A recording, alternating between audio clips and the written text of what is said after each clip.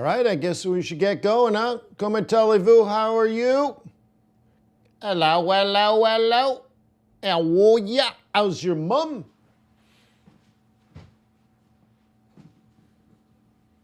Wednesday burned.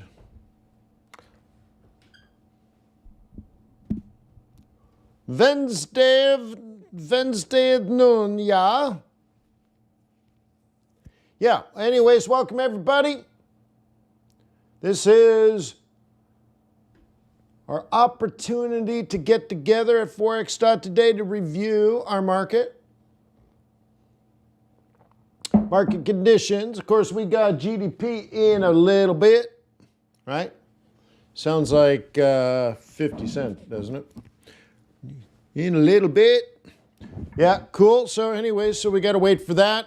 And then we'll see how the market reacts. Tomorrow is another big day where we have core PCE.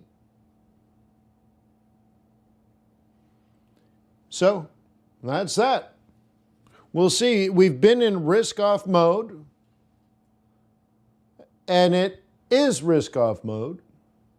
Question is, will it continue to be risk-off mode? Well, the next 2 days will be important.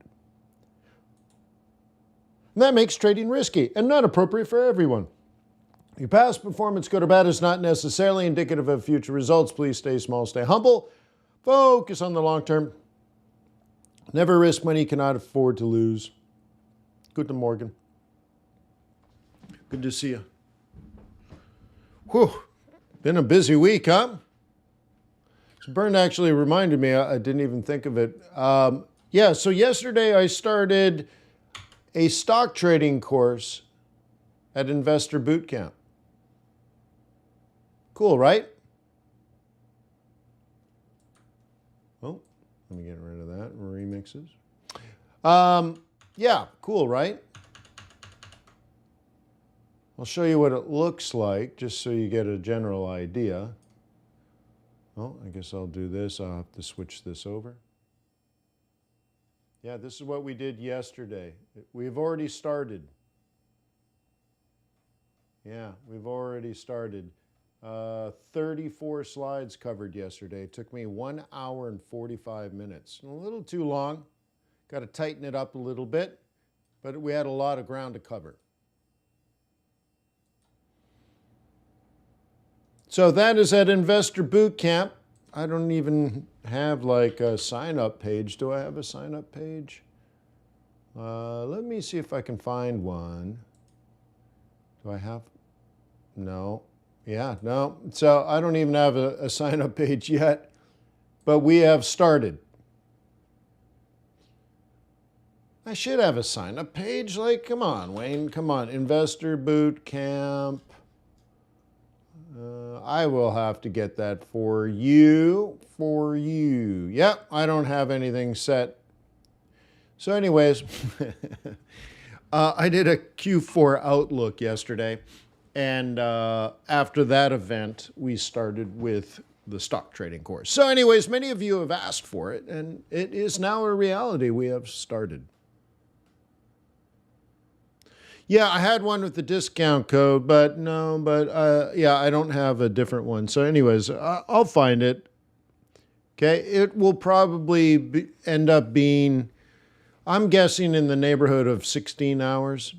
That's kind of the level of the oil trading course. But it could be more. It could be more, maybe less. But like I said, yesterday was way too long, so I'll have to tighten them up and all that kind of stuff. So there's a lot of ground to cover when it comes to stock. So yesterday we did valuation models for stocks and bonds, and we talked about arbitrage, and we talked about the financial markets and how they function and work.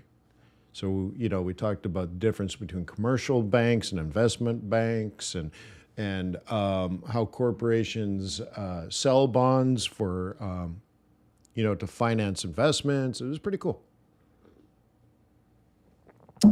So anyway, today let's just focus on GDP. If you look at the description below the video, there's a link to tradersway.com. They're an ethical, trustworthy foreign exchange broker, the one I recommend. I recommend you check them out. Open up a demo account. MT4 or MT5. Okay? Yeah. What else? There's a link to my book. Cool. There's a link to Investor Bootcamp. You should already know about that. Is $88 fair for 88 hours of training? Yeah, I think so. Cool. There's a link to tradeplans.ai, where you get a second opinion on all your trades. Yeah, it's cool. And it's free. Ridiculous. You should get in a second opinion on every single trade you make. You should be uploading trade plans 2 or 3 times a day. It should be part of your habit. Richard says, so the CIA program is just stock trading, no Forex. It's portfolio construction and management. If you can do portfolio construction and management, you could do Forex, futures, stocks, indices, real estate. Yeah, it's portfolio construction and management. So I have to teach you, about the stock and the stock market, but then we have to cover like options and other derivatives.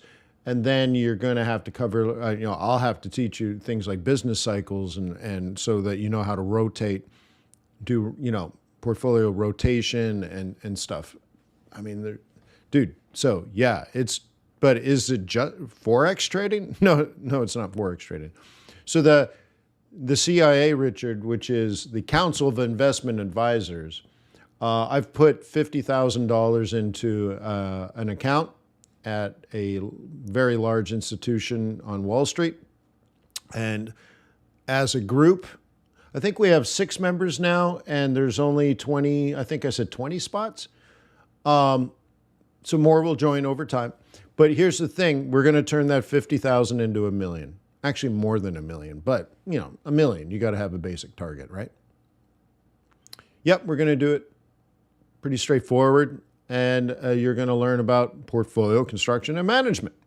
So if you ever want to be a fund manager or you want to work on an investment advisory board for like an endowment, this would be real world experience.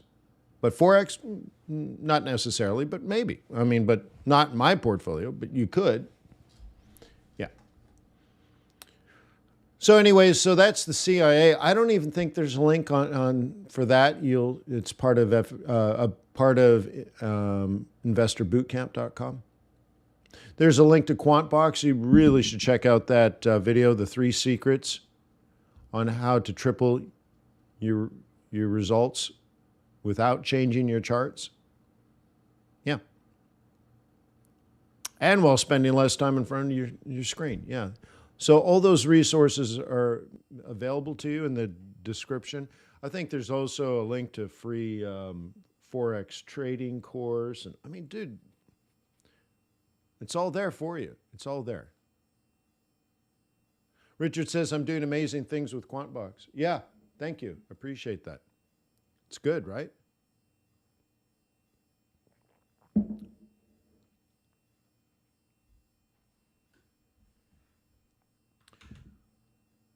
Do I even have it still open? I do have it open. Why don't we start the day, since I asked you risk on or risk off. Let's see. Most of you are risk on. That's cool. Let's take a look at reality, not opinion. I'm also a risk on guy, but let's look at the reality, because I'm not sure how you got your opinion. You're not sure how I got my opinion. But doing quantitative analysis of different asset classes on different time frames. So looking at the dollar index on a monthly point of view, dollar is up, that's negative. Looking at the yield on the 10-year T-note, the yield has skyrocketed over the last month. That's negative, risk off. S&P 500 is down significantly in the last month. That's bad. Gold is down. That's good. Okay, you're not buying safe havens, so that's good. The yen is weak. That is good. The VIX, however, the volatility index, the fear index is way up. That's bad. So that gives us a score of -2. And so on a monthly basis, we have a score of slight risk off, in which you would favor buying Swissy, yen, and dollar. You wouldn't just blindly go out and buy it because, for example, I think the Swiss franc should be weak because of the policy at the Swiss National Bank. But that's not typical. Okay. I'm also a bear on yen because of yield curve control. Well, that has nothing to do with any of this other stuff. And the dollar is strong. Oh, yeah, okay, and that makes sense under these circumstances when you look at this basket of other asset classes. So you still got to do your job, and you got to figure out, do you want to buy Swissy, do you want to buy yen, or do you want to buy dollar? But those are typical in a risk-off moment. So risk-off, you should be bullish to these things. And on the flip side, you would probably sell Aussie, sell Euro, sell CAD, sell Kiwi, sell gold, sell S&P 500. But then you got to like combine these. Like you might find that Swissy isn't actually strong right now. You might find that yen isn't actually strong right now. But maybe USD is strong right now. So you're like, okay, I'm going to favor dollar. And what are you going to do? Okay, what are you going to do? Well, euro dollar down, maybe. CAD dollar? No. CAD's strong. So you don't want to be a bear on that. What about gold? Yeah. You can sell gold and buy dollar. Yeah. Could you sell the S&P 500, buy dollar? Yeah. What about Aussie? Yeah, probably mediocre, but definitely euro, but not CAD. All right. So that's how you do it. You go through your charts and you try to figure it out. Okay. Slightly more risk off on the weekly. That could change, will probably change. You either get worse or better in about a half an hour, let's say.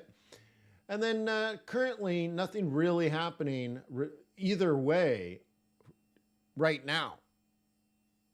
I wouldn't be overly aggressive in the moment. VIX is slightly up. Yen futures are flat.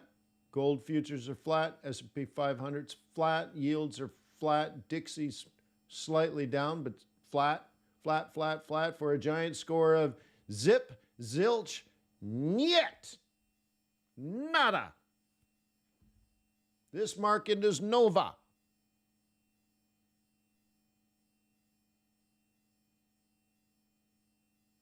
Right. So Bernd is right. He says, well, that's this month, so it is in the past. That doesn't mean today or next week or next month. Absolutely. I totally agree with you. But you got to know where you're standing on the map. This is where we stand monthly, weekly, and daily for sure using quantitative analysis. So what could we use, Bernd, to try to maybe anticipate the future? Is there anything that we could do to try to anticipate the future?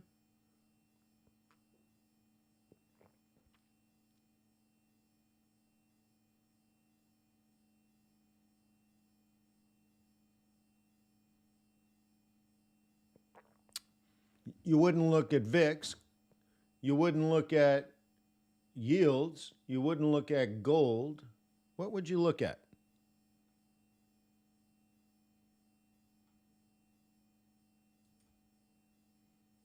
Seasonality. So I got you covered, bro.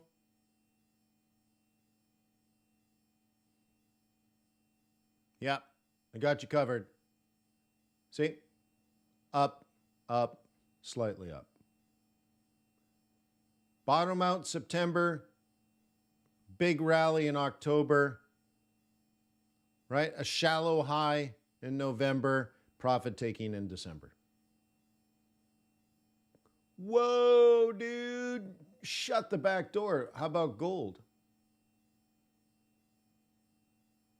We'll do gold specifically. Gold peaks in August, falls in September and October. That's what's happening now. Uh-huh. Yeah, so I got you. It's all in the QB, baby. It's all in the QB. Huh? If you don't know, now you know. You know?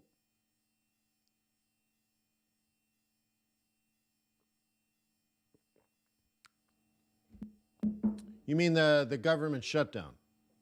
Yeah. Yeah. Yeah. Well, yeah, it's not good. Shutting the government down is not good, ever.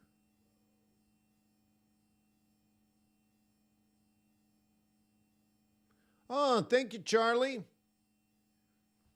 Looking good, huh? I actually don't like this look, but I appreciate it. QB, quarterback. I got to get rid of this.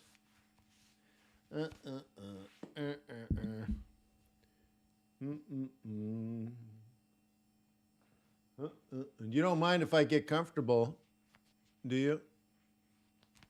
That's a little better, right? That's a little better. Sexy bitch. Yeah, there we go. There we go. Little better. That's a little too on the wide, but there we go. All right, so I am waiting for GDP. Right now, you see some slight dollar weakness. That's good. But right now, dollar strength in general. The trend is dollar strength. That's what has been in the past. Okay? Yosef says, what do you think about proprietary firms? I used to stink on them. Yeah, I know what a prop firm is. Because I was concerned that most of them were just scam artists. But if you guys know of prop firms that I should check out, let me know.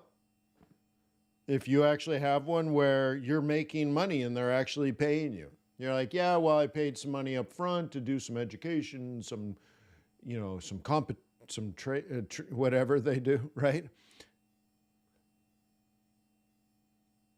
And you pass them without having to spend mega money. And then you actually trade and they actually pay you. And you're like, dude, you've made all your money back and more? Then you let me know. No, you introduce me to them. You have somebody call me or email me. Don't call me. I don't answer my phone. And I'll check them out. Maybe, I'll check them out. But in general, I didn't believe in the business model because it doesn't make any sense. Take a bunch of uneducated, inexperienced traders with no track record and fund them with a bunch of money and then give most of the profits to them? It doesn't make any sense. It sounds stupid.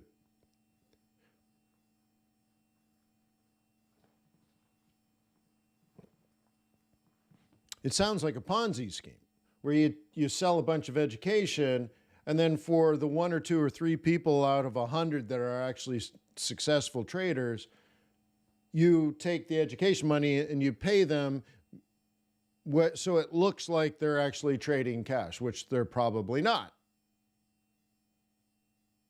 Like, that's what it would seem to be.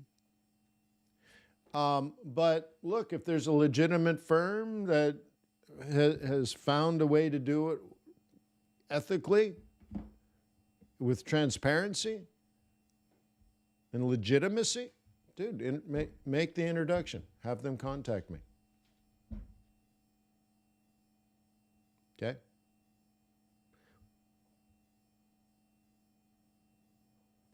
Yeah, 99% lose the challenge. I think that's the whole point.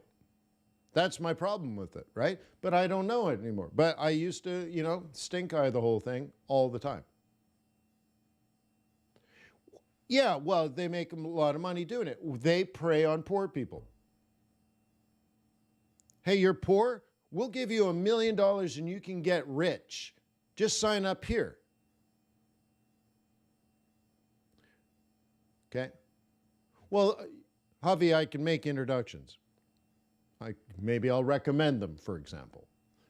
If I know traders have gone through the process and are actually getting paid and like it's legitimate, then obviously in the Forex.Today community, there are a lot of people that don't have the expertise to raise capital. But typically you have to be licensed and registered. But let's get even past that. You don't have the capability, you don't know how to raise money, you don't know people with money, all that kind of stuff. So maybe there's a firm that is legitimate and is helping people achieve their goals. And remember, I believe all traders need a side hustle. My email is wayne@fxbootcamp.com. Okay? You know what I mean? So I believe as a trader, you should always have a side hustle. So if you start with a prop firm and build a track record of success and save some money to build up your own account, or save up some money so that you can pay to get licensed and registered and start your own fund, because that's going to cost you 30, 40, 50 grand. Then you have to go out and raise money, and now you know, so it's a side hustle. I get it. It's great. You should do it. I just always thought they were scumbags and scam artists. It doesn't make any logical sense. The business model is stupid. Unless the business model is preying on poor people by giving them false hopes, and you pay $500 for training, but I'll give you $1 million and you can keep all the money. Dude, that doesn't make any sense. But again, if you found a group that's legit, introduce me, I'll talk to them, and maybe I'll make the recommendation, because I think every trader needs to start with a side hustle. And trading money for a prop that pays you is a great side hustle, and I would recommend it if it's legit. So help me know. Okay? I certainly haven't spent time going through a bunch of prop firms. Last time I looked at anything, you know, seriously, was 10 years ago when they first started coming out. And they were all stupid, in my humble opinion.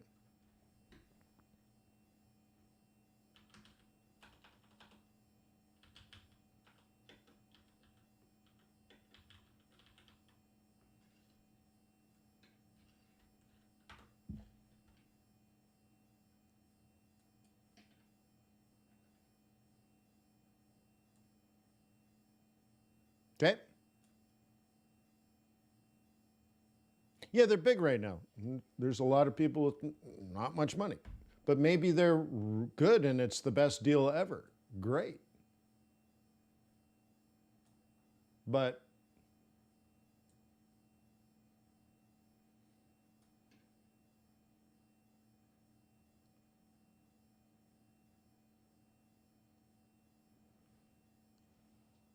I'm always concerned when somebody says, oh, you don't have any education, you don't have any experience, you don't have a track record. Would you like $1 million? And you'll keep all the money? Like, dude, seriously, it makes no sense. It makes no sense. There's no logic to it whatsoever.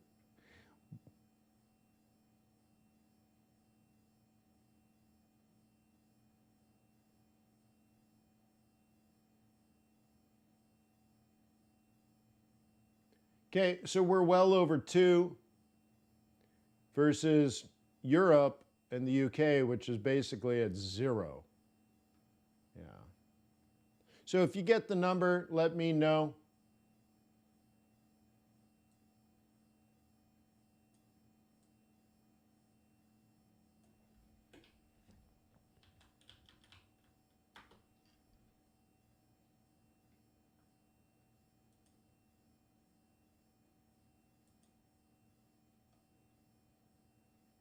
Should be coming out now. Jobless claims 204.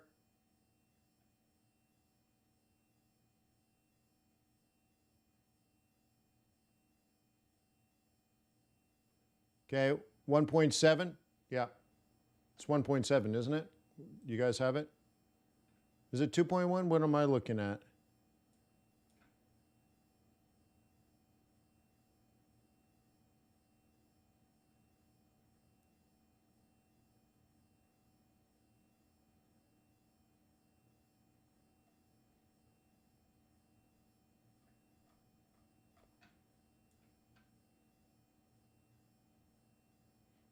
Okay.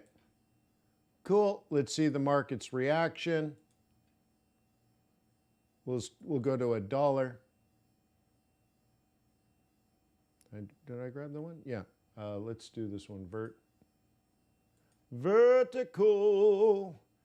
Dollar weakness. Dollar weakness. Dollar weakness. And dollar weakness. Good. Good. I'm happy with that. Thank you. So slightly down as expected. I actually covered it yesterday. Slightly down should be expected. Very cool. Let's take a look at the indices again. How's the yen doing? I'd like to see yen weakness. Okay. So we can take a look at yens and see how they're doing. Oh, a little bit of strength there. Oh, let me move my stop.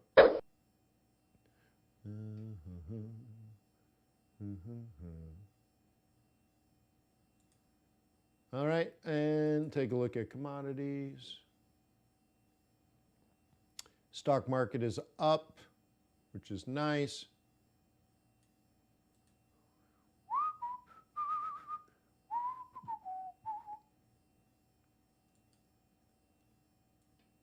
Boom.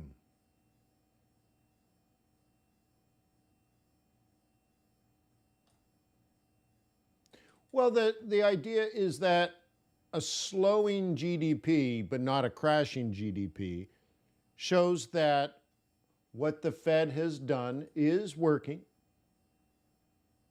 and they don't have to do too much more.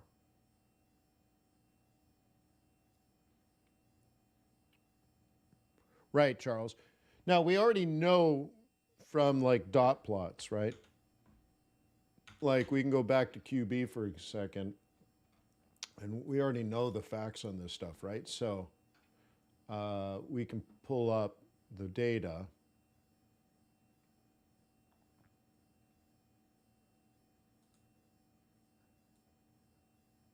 Okay. So when we go to like Swiss franc, that's why the Swiss franc is weak. Then when we go to the dollar is what we're talking about. Yeah. So yeah. So this is why like nothing's changed over at FedWatch is because we already know there's one more hike. Then a pause, then a pause. What we don't know is will they cut in the third quarter and fourth quarter? And when you look at this data, in particular, not just the dot, but the mean and the distribution, aka the variance of this, most do want to cut.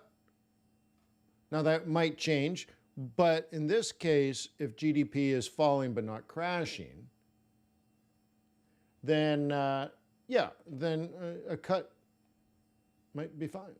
But so anyways, we have to pay attention. The other thing we could do here,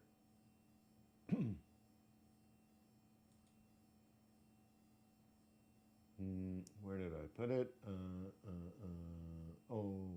Fundamental analysis.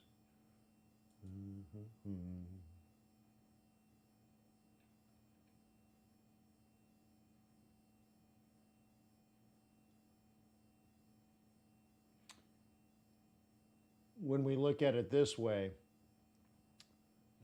so the U.S., right, is hanging in there. Look how low some of these other countries are. Oh my God. Oh God. Look how low these numbers are. Whoa. 0.8, 0.4, 0.1, 0.6, 0.3, 0.1, 0. But a slight recovery, so that's good for Kiwi. Same, worse, right? 0%, that's why Swissie's nice and weak. CAD, ugh. Okay, but CAD obviously benefiting from oil. So, yeah. Doo-ba-doo-doo-boo. Okay, a lot, right? But you can see growth, global growth is coming down. Now, I also look at like OPEC for global growth. I look at OECD for global growth projections as well. But we can see it's definitely coming down, huh?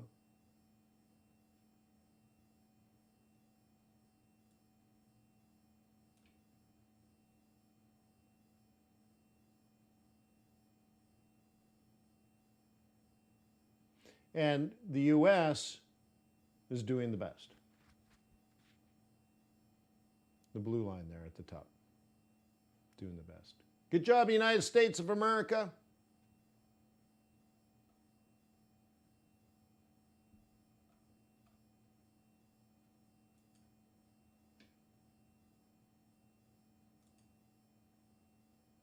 Hey, by the way, guys, if you check this out, I'll show you. I don't do a very good job explaining this. I need to be a better salesperson. It's $8 to do a trial for a week. It's $79 a month, but you can take a $7.90 trial. It's actually cheaper to go annual, obviously, and you get way more stuff. But here's the point that I want to make. Take the $8 trial. Okay, take the $8 trial. And when you do so, I mean, here's where you get your $8. On top of playing around with QuantBox, you get the macroeconomic training course, which is great. It's really good. And you also get a QuantBox course, which I need to update. I'm going to add more because I've expanded QuantBox. So you get the 2 training courses with the $8. And these are worth hundreds. I mean, you should just do it for the training courses. If you're not a member of Investor Bootcamp, that's the way to go, bro. Cool. So anyways, going back to this, I am a bull. I bought the market yesterday. I bought the S&P 500. Yeah. Yeah, I own it. Yeah. Cool. I also bought the Dow.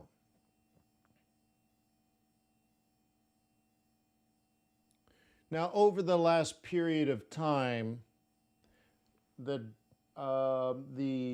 say the Nasdaq has dropped, what, 10%? S&P 500 has dropped like 6%, and the Dow has dropped like 2.5%, 3%. So I have to teach, which is all expected and normal. So I guess we can go, I guess I can change this stock. I like it global, but if you were going to invest into the US stock market, you would break this down like, and maybe I should just do it now. I think that might be an interesting little project. So let me do that now. Let me double check we have all these. Pretty sure we do.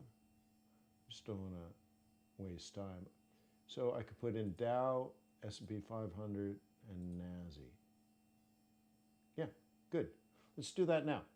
Okay, so let me show you how to change your chart layout. So right now this is called scanned stocks.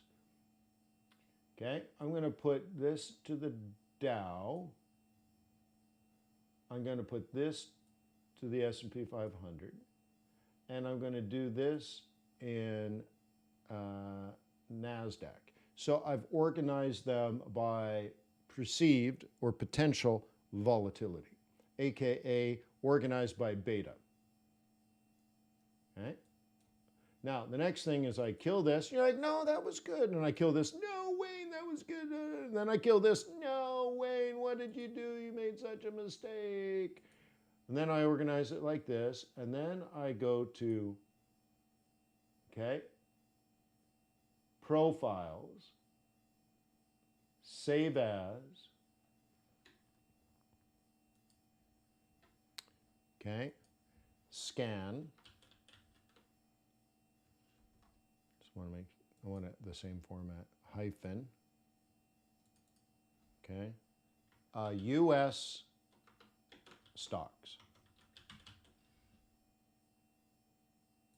Boom. So, notice it changed here. Now I can go back to scan stocks. Oh, and it did kill it. Oh, my bad. I screwed up my own thing. I can go back. Too bad. I thought that was going to be there. Yeah. All right. Anyways, and then I go to US stocks, and now they're organized. All right. So now they're organized by beta. Let me just change. Let's use a more simple organization structure here. Monthly, monthly, and monthly. Okay, we'll clean this up. Just simple. Monthly, monthly, and monthly. All right. What I've done here is the Dow moves the least to macroeconomic forces. The S&P 500 moves, let's say, for every piece of news, for every good or bad, okay, the S&P 500 will move twice as much as the Dow. See, the Dow, they're considered blue chip companies. They're very, very old companies. They don't grow quickly. They are not growth stocks. They're companies that have been around a long time. They're market leaders. They pay dividends usually, which, by the way, if they pay dividends, they're less profitable. They give profit away. So it deters growth. So they're like anti-growth.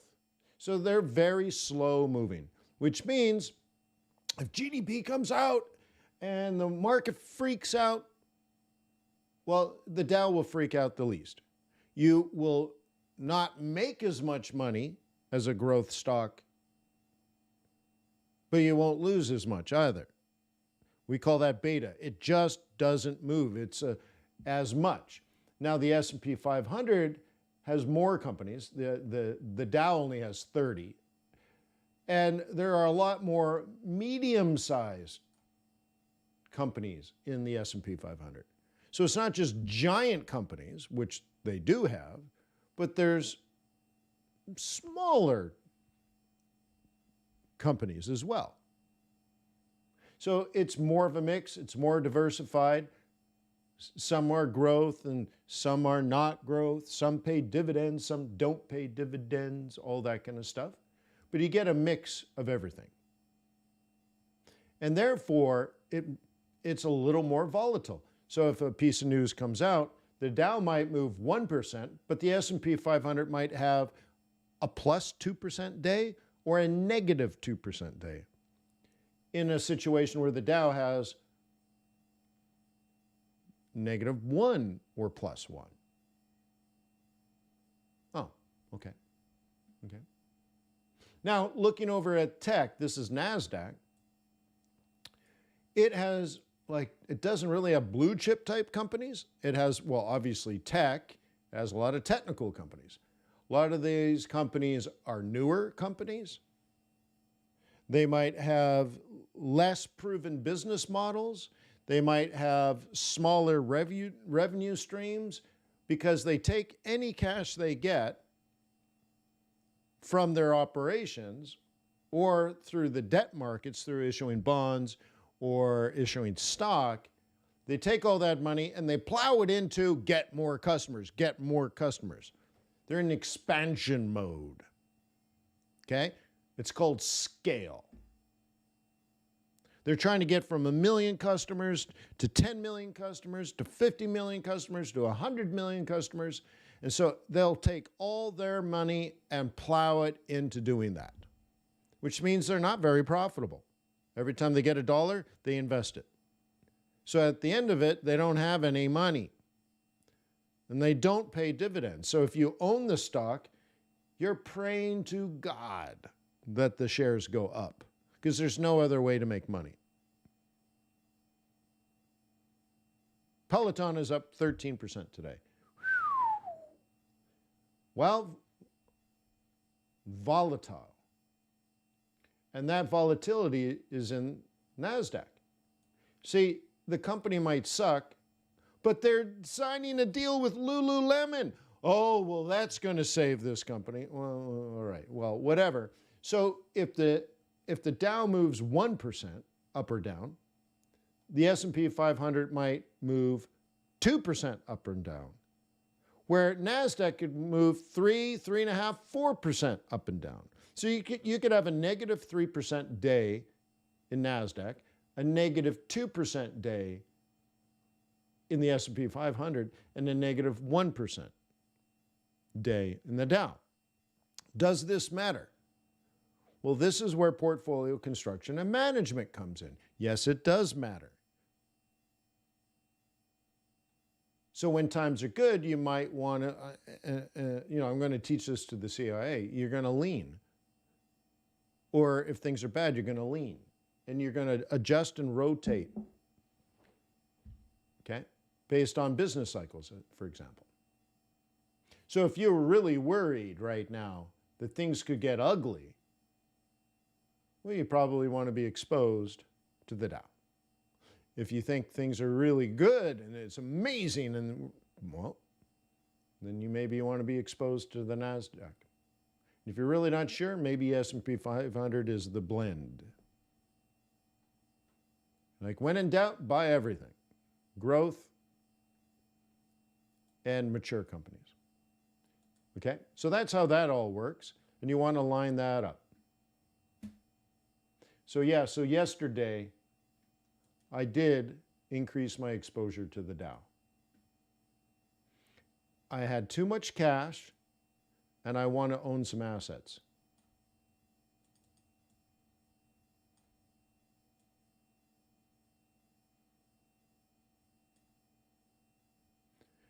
Now,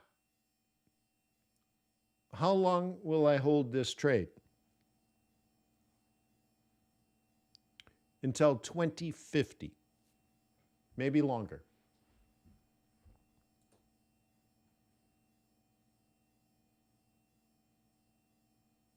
I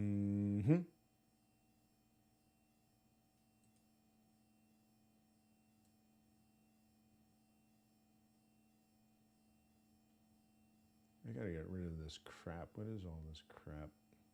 What am I looking for? Is it bias pivots? No. What do I call it? Price action pivot points. I'm just looking for like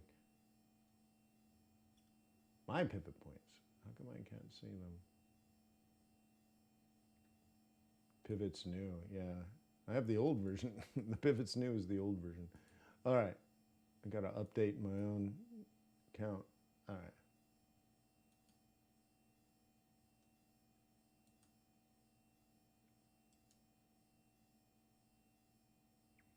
Boop, boop, boop. Excuse me while I play around with my toys.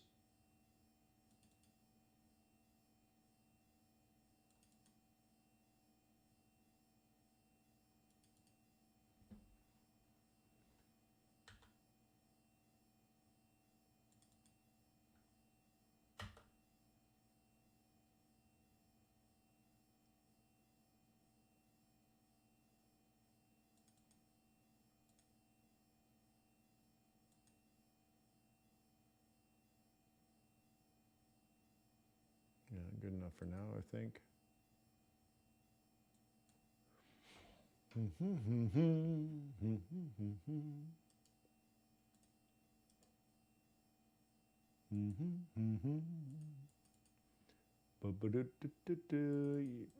Print them, yes. Plot the prices, yes. Midpoints, for sure. Fatter, make them fatter, I tell you. Yeah, good. All right, cool. Nice.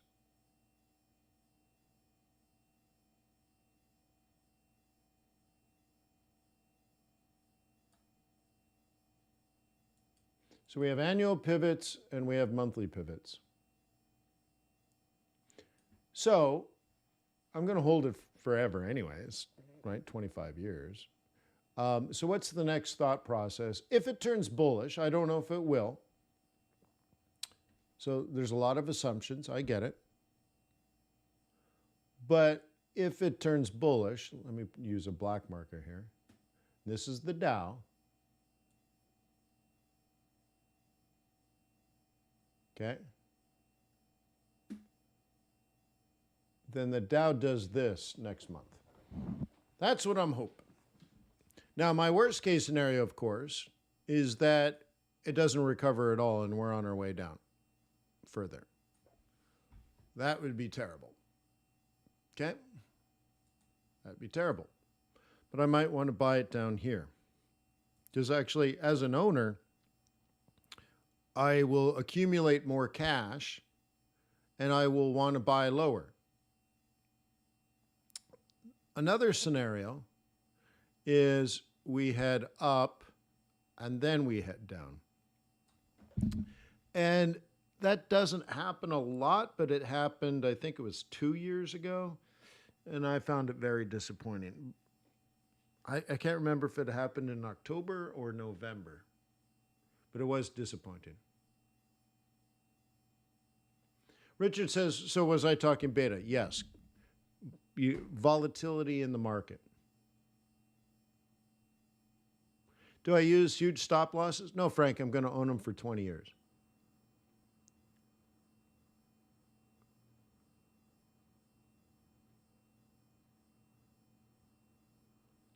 Okay, but I also earn income on them. So like, let's say,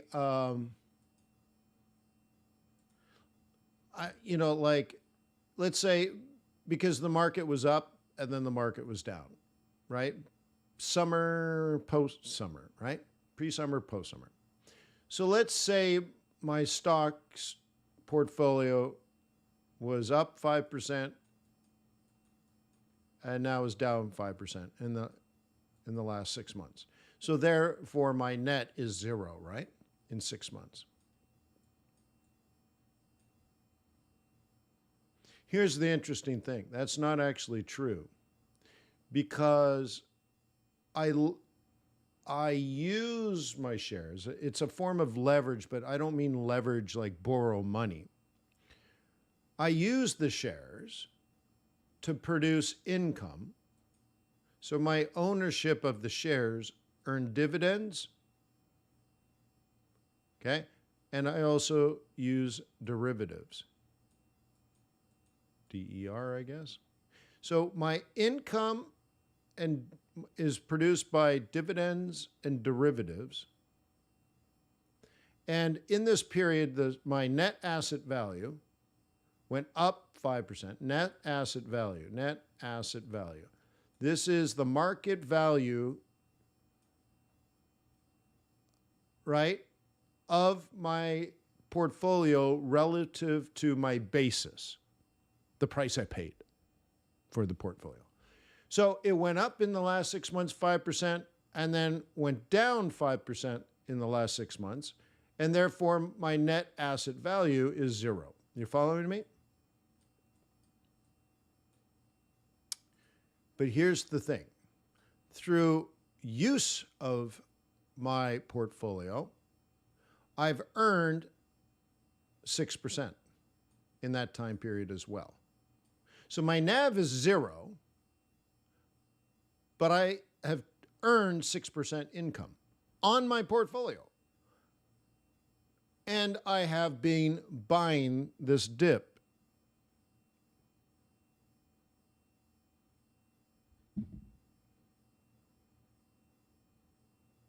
Javi says in 20 years you would pay something. No. I own, not this. These are derivatives of the real thing. Okay?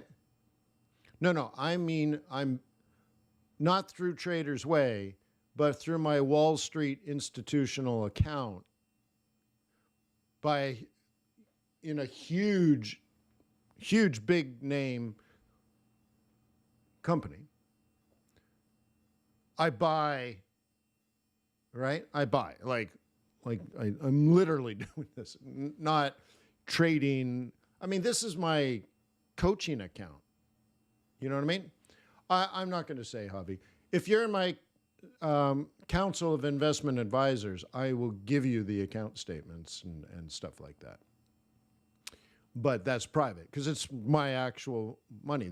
So I'm talking about my retirement account, right? So anyways, as it was falling, I'm making money and buying.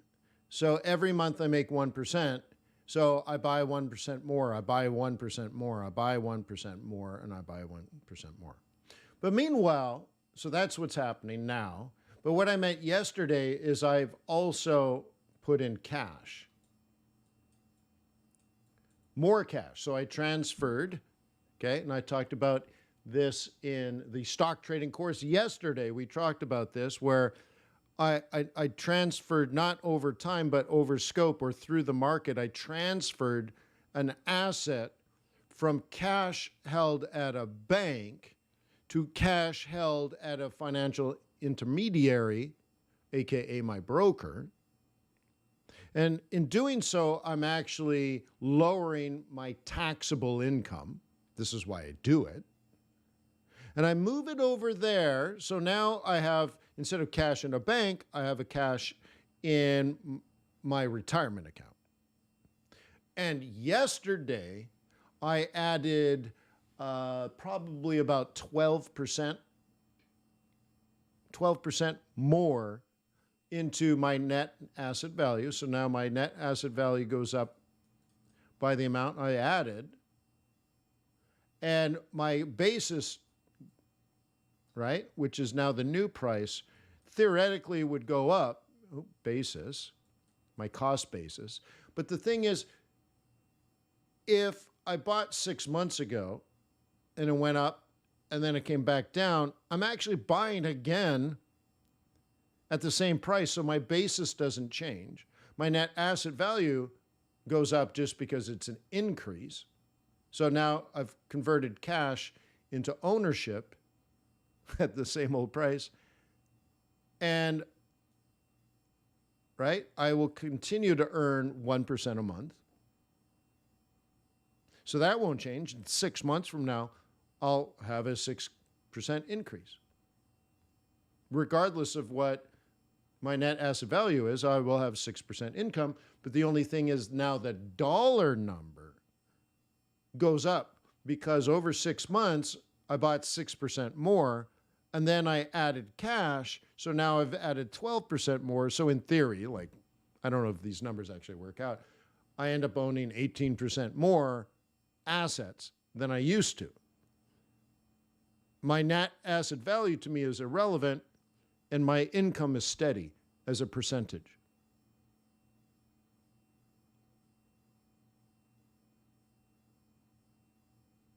Crazy, right?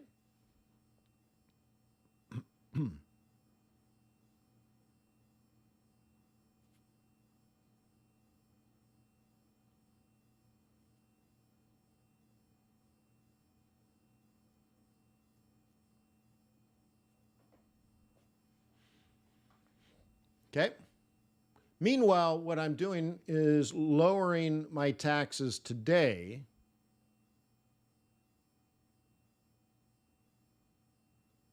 So instead of paying taxes, I get to put it into this account. Then I trade the account. And ideally, my net asset value goes up while I earn income. And then in 25 years, when I decide to cash out, or I'm forced at some point to take money. Does anyone know when that is? Is it 71 and a half or 72? You're forced to start taking money. At that point, I will pay taxes. 72 and a half. Yeah. But this little, like, so I just did this for the CIA. So again, the CIA, you can join. Okay.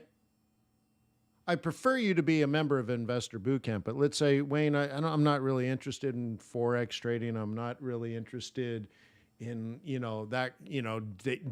day trading or any type of trading. You're like, Wayne, I'm much more of an investor and I want to learn much more like institutional strategies. You can join the CIA. It's $2,400 a year. Now, I prefer that you're in the other courses too, but I think I've decided to let somebody in who's not a member but wants to join because they don't know these strategies. They know how to trade. They don't need me to teach them how to trade Forex, but they're like, dude, this stuff's killer. And I don't know if this is actually taught anywhere else. So it's like, so in theory, you can join the CIA and just do this with me. And the interesting thing is I've set it up so like you could tell somebody 3 or 4 or 5 years from now that you know how to be on an advisory panel for institutional investing. You could work at an endowment. You could work at a nonprofit. You could work, on an investment board. When I was a venture capitalist, we had an investment board. I as the VC, would bring investment, ideas. Like I'd have everything at that point, and I would pitch the board. Here's the 9 reasons why I think we should invest into this project and own the intellectual property. It was normal. This is a normal thing in the world. You could be a financial advisor, an economist, and work for nonprofit organizations and sit on their board, their investment committee. This is a job, right? So you will get real world experience, and we will grow this into $1 million and more, actually, quite a bit more. But I don't know how many years, maybe we do this, grow it to $1 million, and then we ask ourselves, do we want to keep going?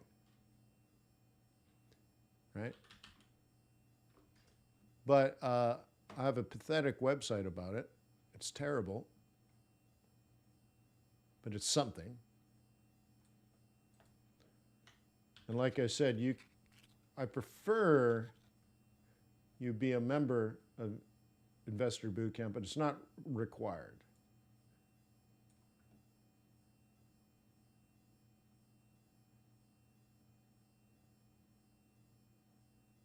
Okay?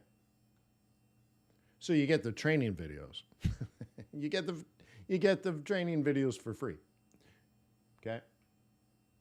So anyways, but we're doing this. We're meeting December in Nashville. We're doing this. I have to figure out why that ain't working. I just haven't done it. We're meeting December 13th in Nashville, and we are going to go through the portfolio and probably, I don't know, I'll probably bring like 10 grand or something, and we can decide what to do with the new money. But what's important is we have to look at the portfolio. On December 13th, we get a new summary of economic projections. And as a committee, then, we have to look at them and see what changed in the SEP from the FED.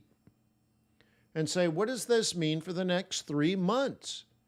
Is the market going to be good or is it going to be bad? We'll probably look at quant box. We'll look at seasonality. Like, oh my God, what is going to happen? Where are we in the business cycle?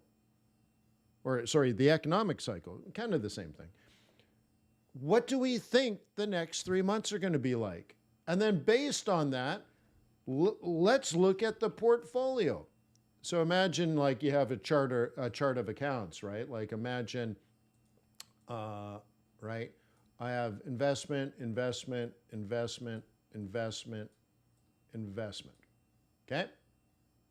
And they all have different beta.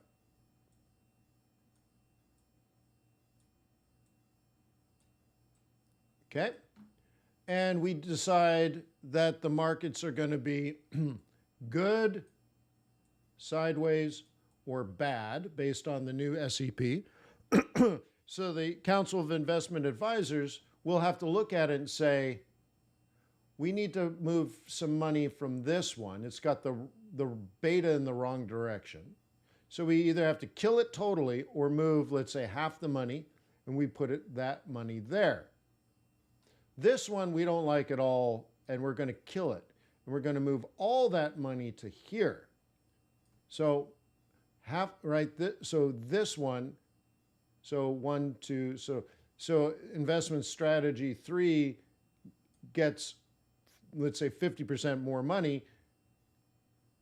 Investment strategy 5, we double. This one drops by 50%. This one drops by 100%. And so we're rotating. And then I say to you guys, hey, I think we should consider this new strategy. Let me explain what it is. And you're like, oh, well, let's take half the money. We doubled this one. Let's actually just like this 3, we only put it up 50%. So we put that up by 50%. So let's knock this one back down so it's only increased by 50%, not 100%. We'll put that money here, plus I put in some more cash. So let's deploy all this cash here. So now we got this basically on par with everybody else, but we've shifted the risk profile based on what we think the near future is. So now we got new money in here. Some of it came from this, some of it came from cash. This one's up 50%, this one's up 50%, this one's the same, this one's dead, this one's down 50%. Balanced and rotated based on our new risk profile from the Summary of Economic Projections released on December 13th. So I'll show you the strategies. We'll go through the prospectuses. We'll have open discussions. And we'll make decisions as a council. And then you'll make a group recommendation. Just like you would if you sat on an investment advisory board for maybe even a hedge fund would do this, an endowment would do this, a nonprofit might do this.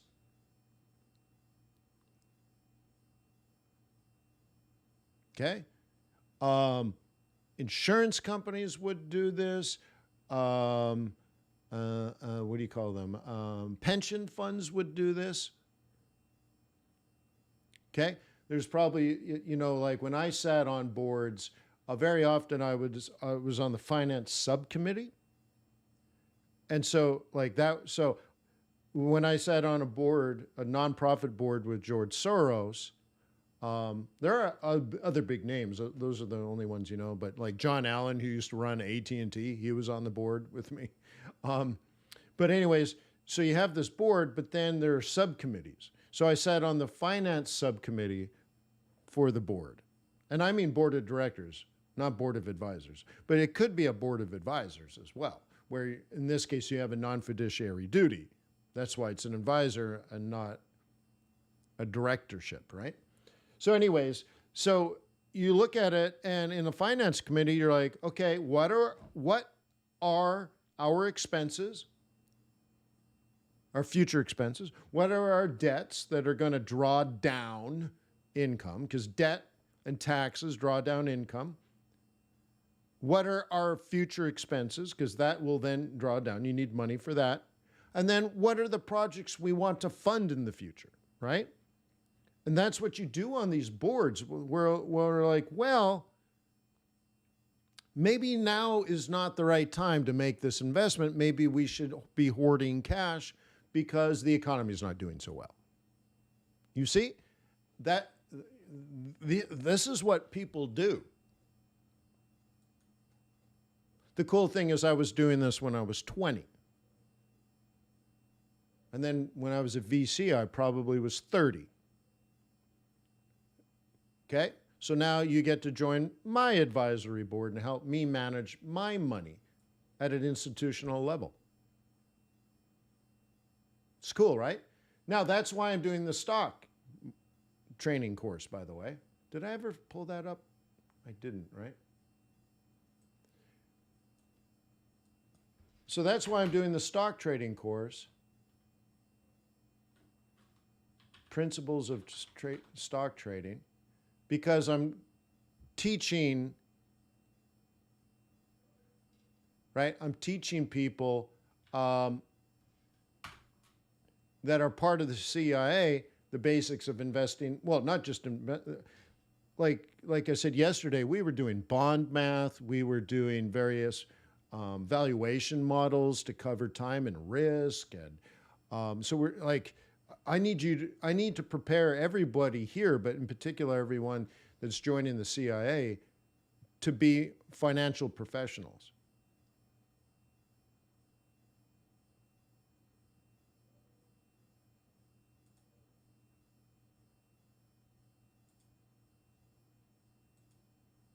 Cool stuff though, right? I don't even think it's in. I see I have to add it, the stock trading course. I have to add it to the main part of Investor Bootcamp. Here's Investor Bootcamp, by the way. I'm just looking for it. No, it's not even visible. So I just launched it yesterday, and we did an hour and 45-minute meeting. So I'll add it here so you guys can sign up for the stock trading course. You guys are into it though, right?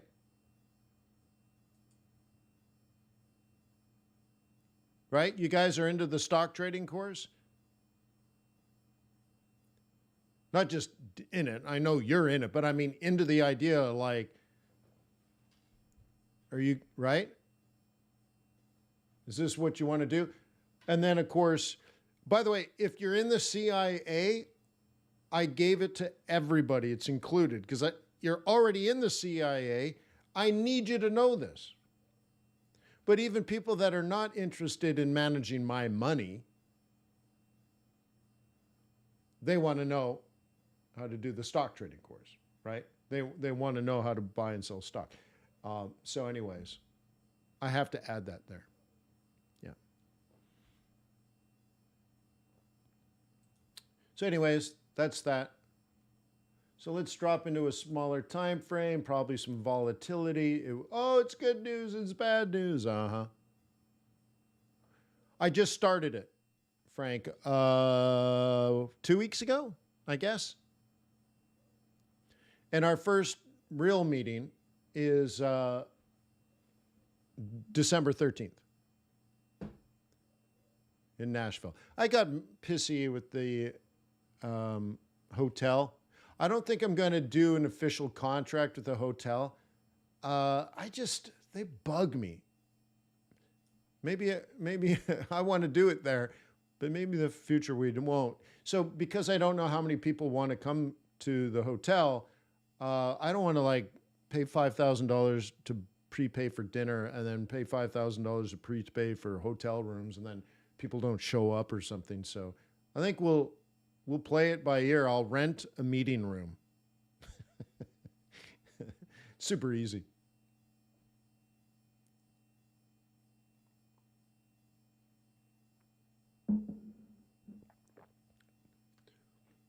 Right, if it's only going to be like 5 people, no need, right? It'd be great if we can get 20 people, but then it gets complicated, right? So I have to pay $5,000 just for dinner. They want me to pay $5,000 up front. And then I say, well, I want to have a cocktail party. Oh, well, that's going to be thousands of dollars. I'm like, why? I just want we'll probably have one drink. Half the people might have two drinks. I'm not a big fan of people drinking a lot at conferences. So I'm like, I just want to stand around and talk to people and then we'll go have dinner. So I'm like, but right next to the restaurant is this cool bar. I love it. And then right next to the bar, there's this garden area with a place and a little gazebo for you to stand around and do events. So I'm like, I just want us to use that spot. All right, well, thousands of dollars. I'm like, what the hell? I said, well, I don't need a waiter and a bartender, and I don't need hors d'oeuvres. I mean, dude, I'm like, can we just get our drinks from the bar and just stand there? Yeah, I guess you could do that. Cool. So all I need you to do is rope it off so we don't have strangers from the hotel walking into our cocktail party. So I just need a velvet rope and maybe a sign that says private event. Oh, well, that's another department. Like, Jesus. I just want to have drinks with a couple of my friends. I mean, I'm paying $5,000 for dinner and you won't even give me a velvet rope? Oh, we can't do that. You have to talk to a whole different department. You're nuts. Right? So anyway, so I get all pissy. And then when I negotiated better hotel room prices for people that want to come, and then in all the literature, it says, oh, you get this free upgrade and that upgrade. And then when I get the contract, they're charging money for this and charging money for that. I'm like, dude, your literature and your contracts don't match. And that bugs me when people play games with contracts and they play games with money. And all of a sudden, I'm all pissy. But I got to get that taken care of. Right. So anyways, I will probably leave that for next week. And then I'll get on the hotel again and say, please give us a better contract. Please help me give you money for doing nothing. Please.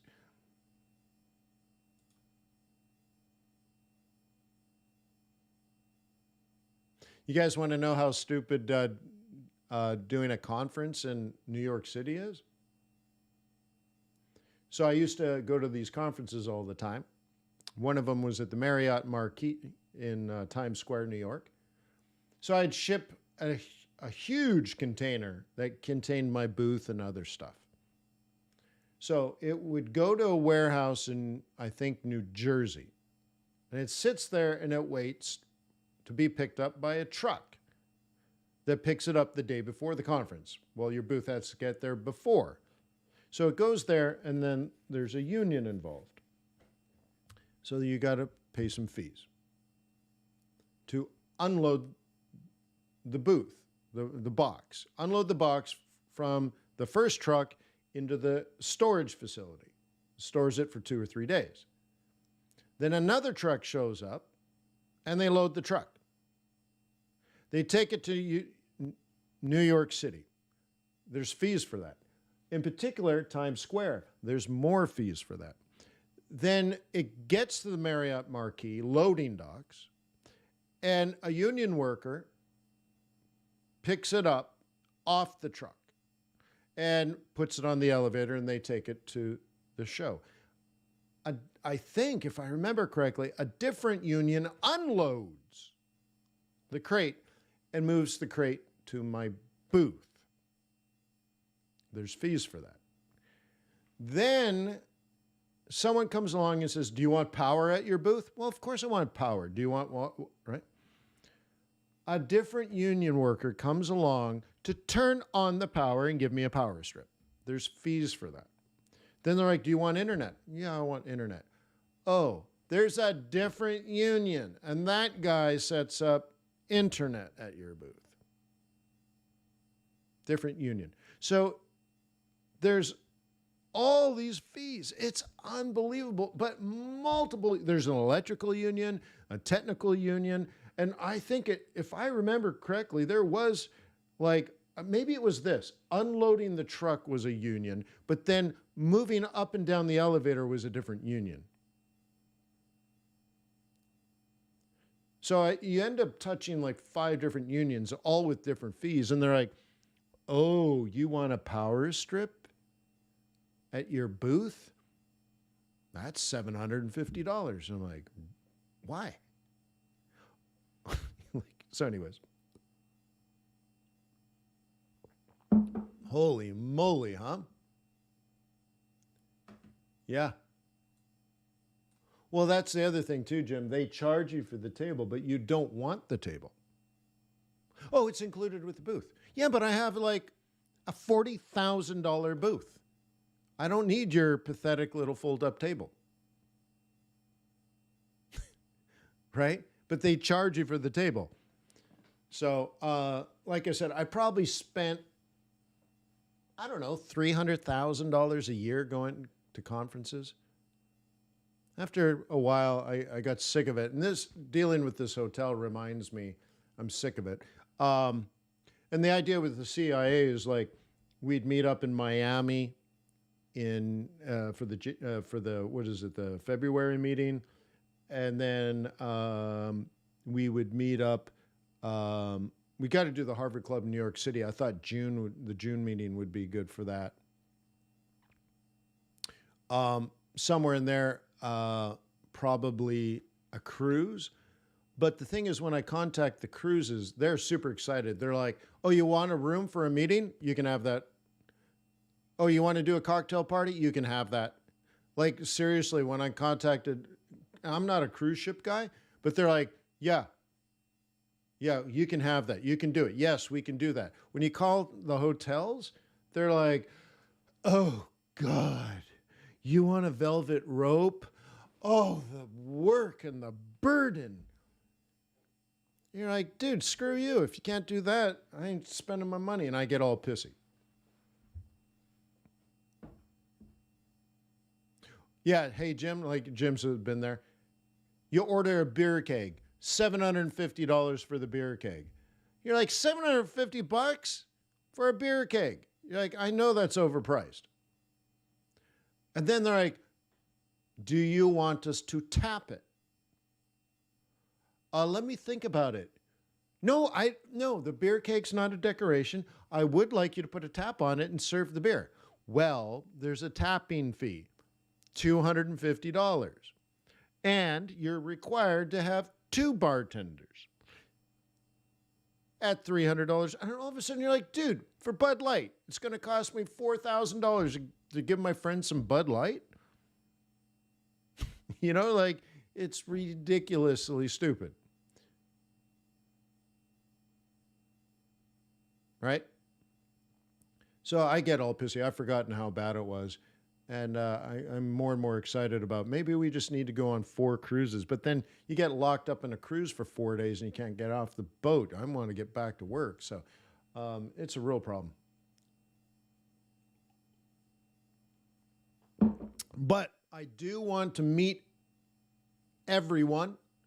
I want to have an opportunity to shake your hand and look you in the eye. And I'm not allowed to slap you on the ass. But, you know, at least we can have a big group hug, a big group photo, have a dinner, and kind of move this around. So we can move around the United States. Maybe once a year we'll do something in London or Paris. I love me in London. I love me in Paris.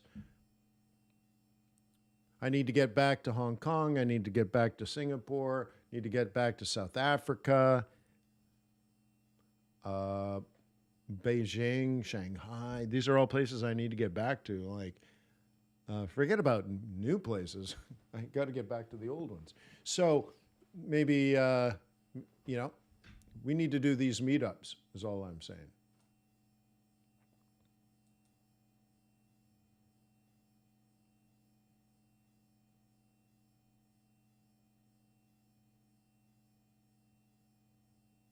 Yeah, the one in Miami I like.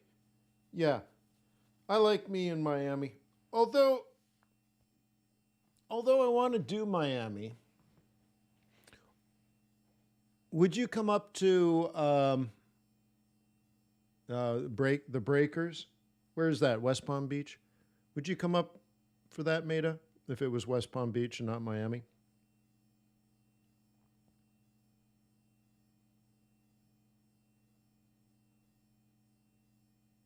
Cool. I've always wanted to go there. Yeah. Is it yeah, I forget. One of them's good, one's bad, right? Yeah. So I believe, if I remember the history correctly, when they built the railroads through Florida, they were trying to get New Yorkers down to Florida. So they built these beautiful train lines. That's why, for example, the Fed was created in Jekyll Island, Georgia. It's still nothing of a place. Well, imagine 150 years ago. Oh my God, like it was so far out of the world. It's unbelievable. But the first interstate telephone line, okay, went from New York City to Washington, D.C., and a second one went from Washington, D.C. to Jekyll Island, Georgia. So imagine that's just following a route of, right? So they also built a train to take people from New York City and Washington, D.C. down to Florida. But there wasn't anything in Florida, and that would have been a 4-day train ride. So along the way, they built beautiful hotels so the train could stop and you'd go to the hotel and have clean up and have dinner and cocktails and sleep in a real bed and then get on the train the next day and head down for another 8 hours or whatever, right? And so the Breakers is one of those stops along the original railroad to get people down to that area because Palm Beach was nothing. So they built a giant, beautiful hotel. And I believe it's a replica or loosely based on Raffles in Singapore. And I've been to Raffles and I've had such a great time at Raffles. A little touristy, but you got to roll with it. There's no tourists at midnight. So Raffles is cool. I'd definitely go back to Raffles. And I think, right, the Breakers is kind of based on Raffles. So I got to go there. I love it. I've always wanted to go. There's also Kauai Island, but in where? North Carolina. But I don't think that's actually old. I think it's like Sea Island. I don't know if I don't think it's actually old. Kauai Island Resort. Kauai Resort on the beach. Images. Yeah, that's not actually old. It looks like a Ritz-Carlton. Man, dude, it looks exactly. But then, so let me do the Breakers Hotel, Palm Beach. So this is where we would meet up. So that would be, yeah, February. Yeah, that's where we should do our CIA.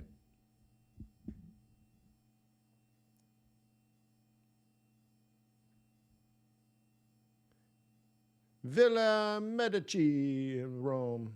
Yeah.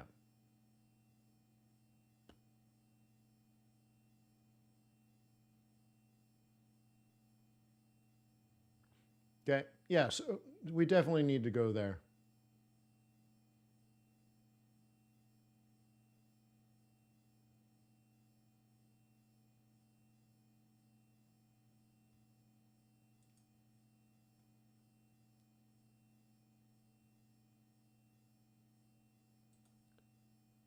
You know what it reminds me of? And it didn't even occur to me either time. Oh my God. That's a Hotel Nacional de Cuba, isn't it? Oh my God. Oh no way. I've been all over the rooftop bars and stuff. Hotel Nacional de Cuba.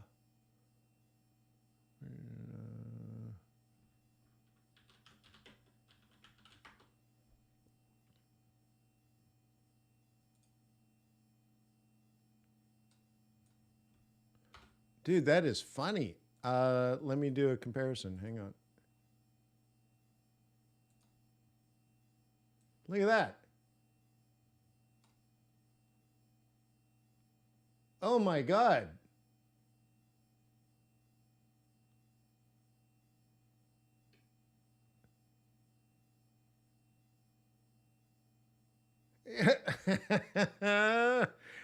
Oh my God. This one on the right is probably what, $1,000 a night minimum for a cheap room? And the one on the left is $100 a night for the nicest room.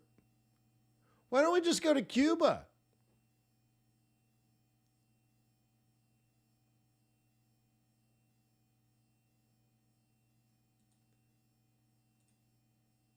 I mean, look, 3 months ago I was on top of this rooftop. I've spent hours right there. My room, last time I was there, my room was right here. Sweet. That's interesting. It didn't even click. I guess, well, I haven't been to Breakers, but I had no idea. How silly am I? So which one's older? Anyways, wow, that is fascinating. That is fascinating.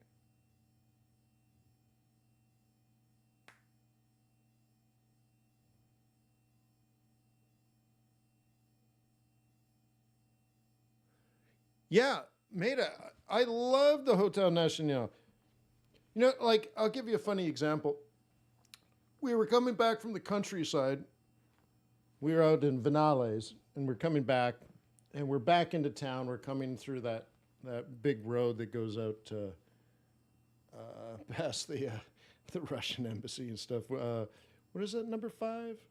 The main drag out there. Anyways, so we're coming back, and we cut through a neighborhood for, I guess we were going to a bar or something. And there was this guy on the side of the road in Havana, and he's got these giant mangoes. Like, they're giant. And so my buddy's like, look at those mangoes. And our driver says, those are mangoes, those are avocados.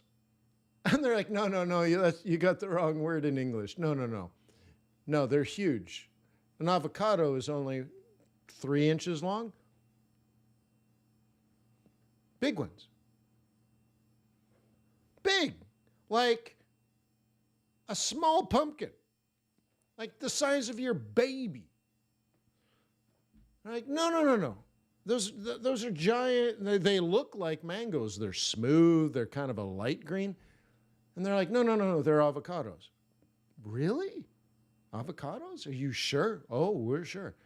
So we go, my buddy jumps out of the vehicle and buys one. And he's carrying it around, right? So anyways, this is the Hotel Nacional.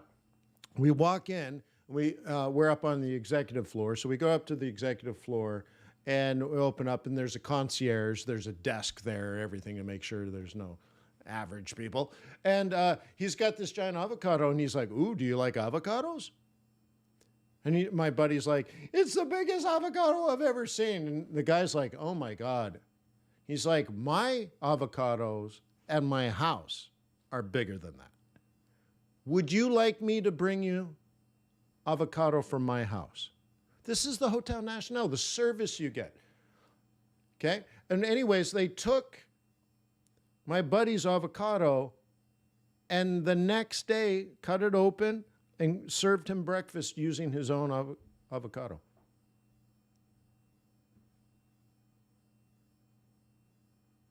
Yeah, beautiful. Just absolutely beautiful. Great service, great people. All right, let's zoom back in on the Dow. Come on, Dow, let's go.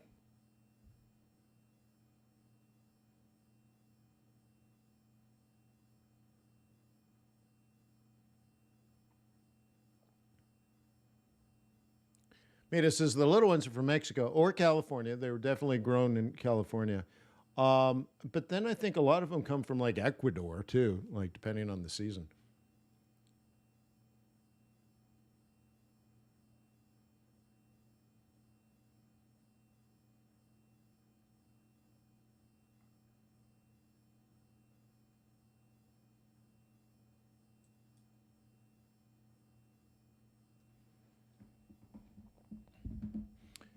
Yeah, Maida, Cuba, especially interior, is really beautiful.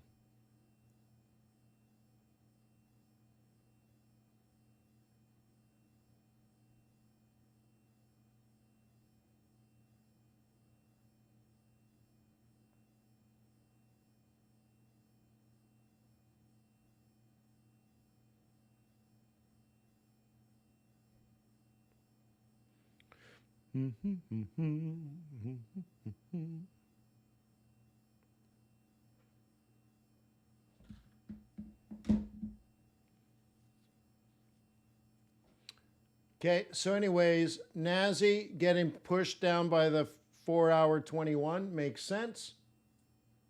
Let's put S&P on a 4-hour, and let's put the Dow on a 4-hour.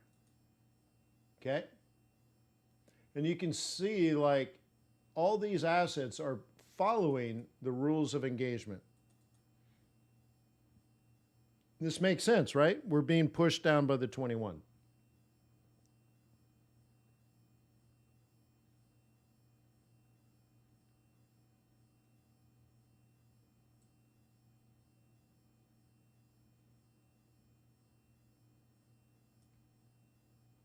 Was that right, Maida? Yeah, it's a nice. It's different. I mean, it's not radically different, but it is different. But it is quite nice.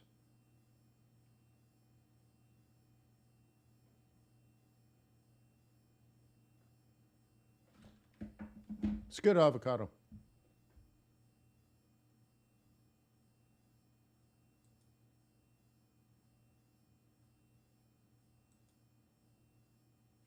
You know, we also stopped. I went to a coffee plantation, an old one from colonial times, and we're just going down like this dirt road, nowhere near even the highway.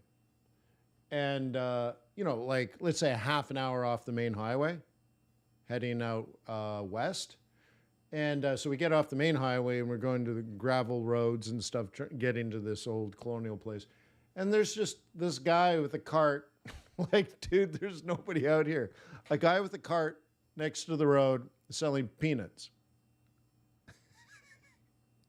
Like, dude, has anyone even driven by? Probably not. He's just on the side of the road selling peanuts. So we bought some and they're great. Yeah.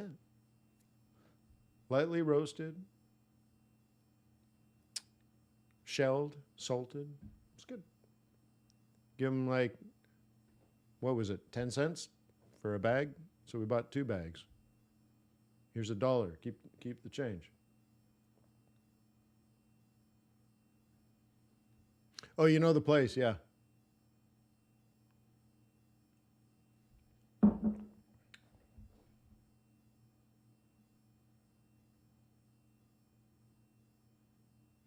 Boop, boop, boop, boo. Boop, boop, boop, boo. All right, so anyways, that's all being held down. I was hoping for a little bit more action. Okay, a little bit more action I was hoping for, maybe. We can rotate out and see what else is going on. Okay, we're just on my inverted line. Okay. Profit taking, we hit 95. Okay. The thing is, are you going to buy a dip?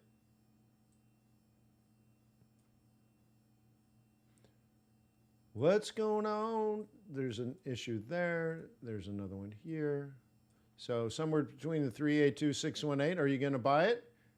You have to make a decision. Okay. Then you have to decide what time frame are you going to watch it on.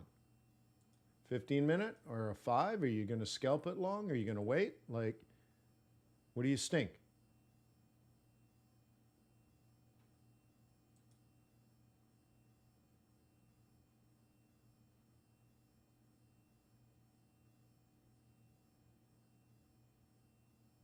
Or is it all over? Oil's going to crash back down.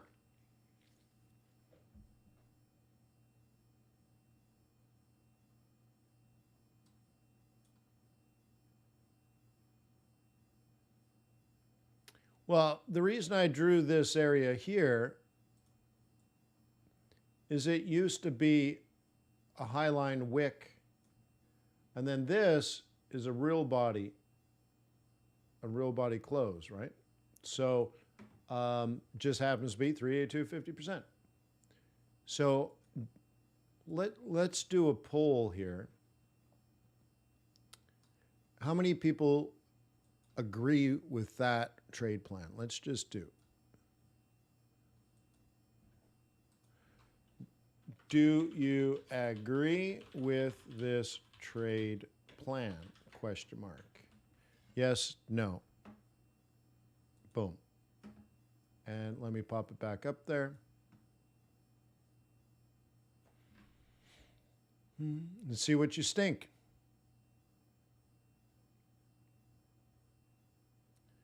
What's going on? Nothing's right. I'm bored.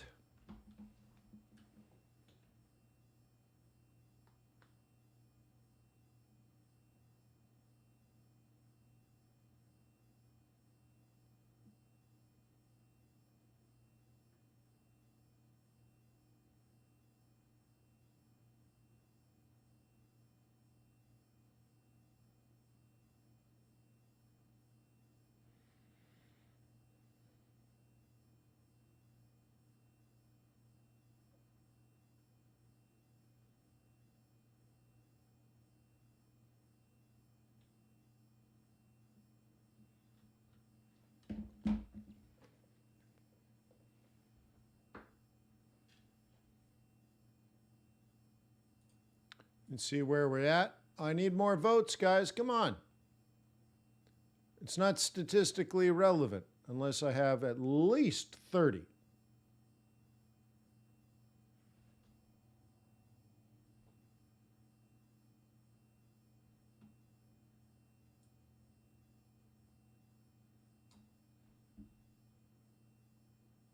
Okay.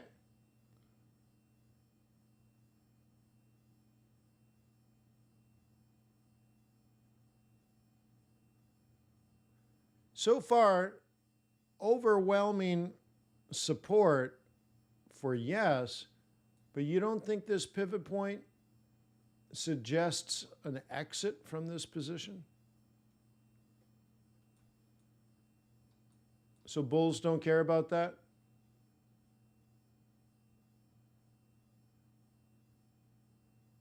Okay.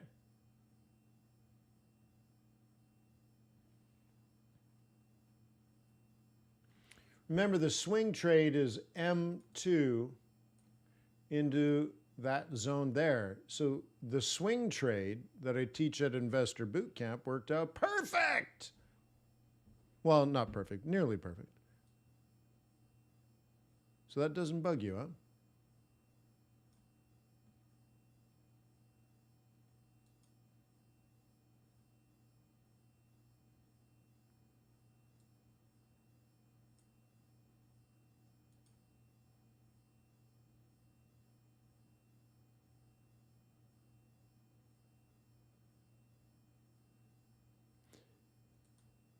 Okay. All right, I guess we'll just end it. You guys are slow as molasses on a cold Georgia morning. Can I get 5 more votes? Come on.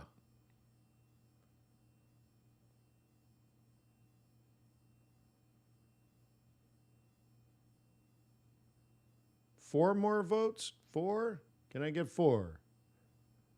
4 to get a little bit, 4 more votes. 4 to get them 3 more votes. Can I get a 3? 3. We got 3. Can we get a 3 more votes? 3 more. That's 3 more votes. 3. Can we get a 3? 3 to you, sir. You for 3. 3.5. 2.5. 2.5. 3, 2, 2. All right. Thank you, sir. 2 more. Oh, someone took their votes out. Can we get 2 more votes? 2 more votes. 2 more votes. Going once. Going twice. Sold. 30 votes. All right. Thank you. Statistically, you need 30. All right. Here's the thing. technically, this will remain bullish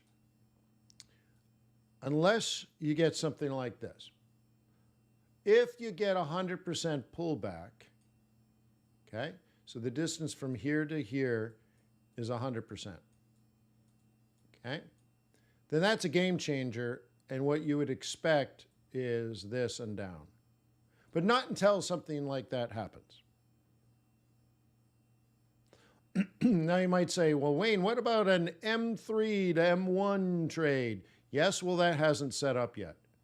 So if you can't wait for a 100% drop, then the other thing you could wait for is a drop, a rise, and a double top. And you take that down. But neither has happened yet, so buying a dip seems legit. Okay? And that's that. Cool. Thank you for everything you do. Thank you for participating. Cool. I'm going to do a live stream tomorrow at FX Street. Oh, sorry, I'm yawning like crazy. It's been a long week. Ooh. Tomorrow, I'm going to be at FX Street. I'm trying to work something out there, and I think I double booked. So, I'll do some tweaking.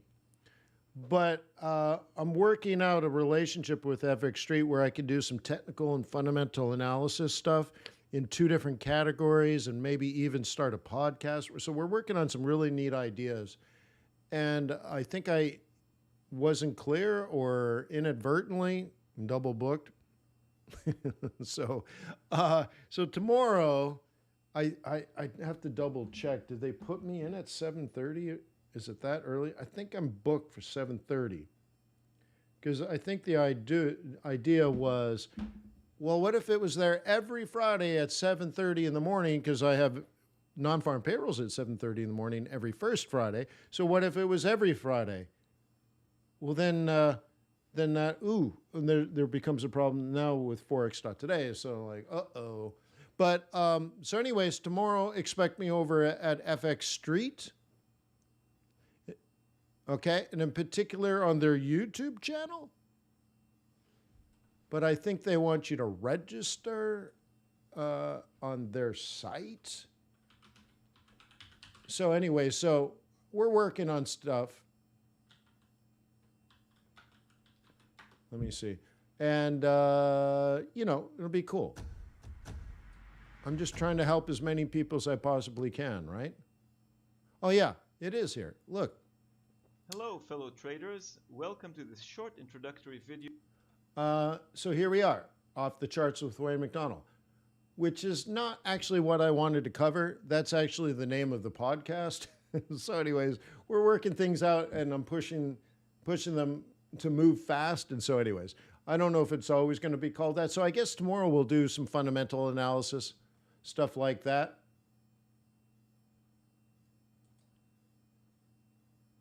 So I'll give you the link. And so if you register, I will see you there tomorrow, okay? And yeah, looks like tomorrow at 7:30 a.m. Yeah, so I better not forget. So anyways, you know me, like, I'm a rolling stone, and I pick up speed. So sometimes I err on the side of doing something. So something's being done. So if you could show some love and respect over there, I'd appreciate it.